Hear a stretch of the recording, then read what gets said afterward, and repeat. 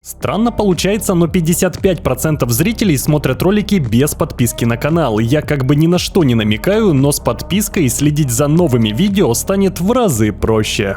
Вместе с обновлением ограбления центра Корц в GTA Online добавили 13 новых автомобилей, причем 8 из них до сих пор заблокированы и будут постепенно появляться в мультиплеере следующие несколько месяцев. Сегодня расскажу, что это за скрытый транспорт, на чем основан из реальной жизни и сколько он будет стоить. Наверняка у многих вопрос, почему обзор только на тачки. Дело в том, что в этот раз в капельной подаче, кроме новых машин, ничего другого попросту нет. Ни миссий, ни шмоток, ни противоборств, ничего. Единственное, это новая охота на призраков под Хэллоуин, где финальным привидением станет Дэвин Уэстон из сюжетной кампании, что подтверждает каноничность концовки «Спасти обоих». Поэтому да, транспорт — это по сути единственный контент, который худо-бедно будет появляться в игре в ближайшие месяцы. Rockstar уже тупо не парятся и прямо говорят, что не стоит ждать от обновлений такого масштаба, как 5 лет назад. Разработчики сфокусированы на GTA 6, с одной стороны их можно понять, а с другой пошли бы они нахуй. Приятного просмотра.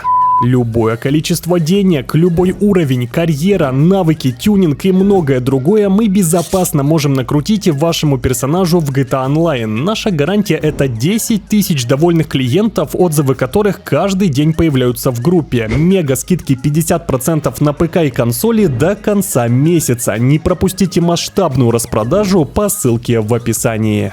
Начнем с Grotti Villena GT. Для подписчиков GTA Plus этот суперкар доступен в игре с релиза обновления, причем отдают его полностью бесплатно. Для всех остальных тачка появится в продаже через неделю, 23 июля по цене в $3 миллиона на сайте Legendary Motorsport. Основой послужил Capricorn 01 Zagato, машина чистый гиперкар. Острые формы, воздухозаборники, куча карбона и так далее. Есть тюнинг HSV, благодаря чему тачка становится еще быстрее, но в любом случае надо ждать тестов, чтобы убедиться, стоит ли Grotti Villena GT своих денег, либо же все-таки нет. Далее по списку новый внедорожник. Это Gallivanter Warden за $1 600 000, основанный на Land Rover Defender 110. Rockstar скопировали буквально один в один. Наконец-то полноценный Land Rover в GTA Online спустя 10 разных поколений Range Rover'ов. Отличный сувчик на полном приводе, плюс тюнинг довольно разнообразный. Можно сделать как аккуратный городской clean look, так и что-то наподобие версии для бездорожья. К слову, на эту тачку, как и на все другие из этого видео, можно дополнительно установить генератор помех в автомастерской агентства.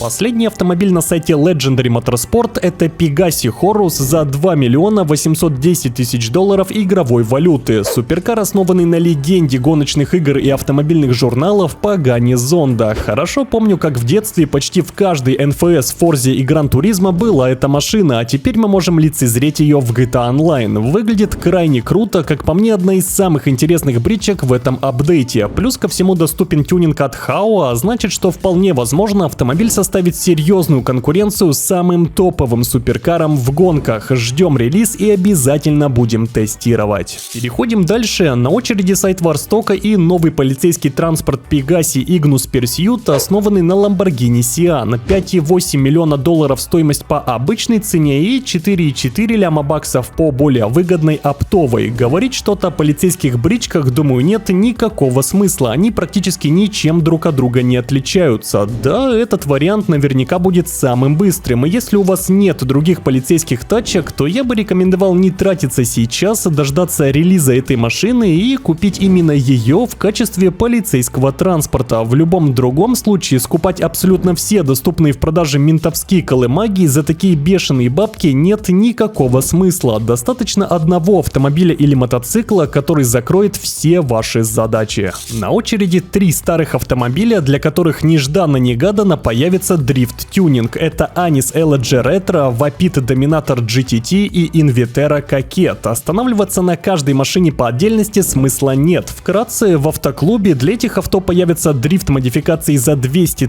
000, тачки станут выглядеть чуть более спортивно, Возможно, поменяются салончики, добавятся новые раскраски, за исключением кокетки, там раскрасок нет. Ну и все в этом духе. В любом случае, это старые машины, поэтому если кто-то когда-либо хотел подрифтить именно на них, welcome, скоро у вас появится эта возможность. Ну и финалочка, бронированная Vapid Caracara с пулеметом. По правде говоря, она уже сейчас доступна для игроков Enhanced версии ПК, PS5 и Xbox Series в качестве главной награды за прохождение раздела карьеры с ограблением центра Quartz. Все, что надо сделать, это просто-напросто вынести из музея $50 миллионов игровой валюты. Учитывая выплаты за это ограбление, времени понадобится много. Либо можно не париться и быстро закрыть карьеру на 100% в моей группе по накрутке. Кстати, прокатиться на машине можно и без прохождения карьеры в подготовительном задании по краже Caracara для отхода в ограблении центра Quartz. Либо же тупо выкупить этот автомобиль через автоклуб у другого игрока, кто уже успел закрыть карьеру. В Телеграме есть отдельный пост как раз для покупки и продажи транспорта через автоклуб. Ребята там активно друг другу помогают. Подытожив, по сути это просто редизайн обычной Caracara, добавленной в игру 8 лет назад. Из новшеств появился таран спереди, и тачка стала выдерживать несколько выстрелов с ракетной установки.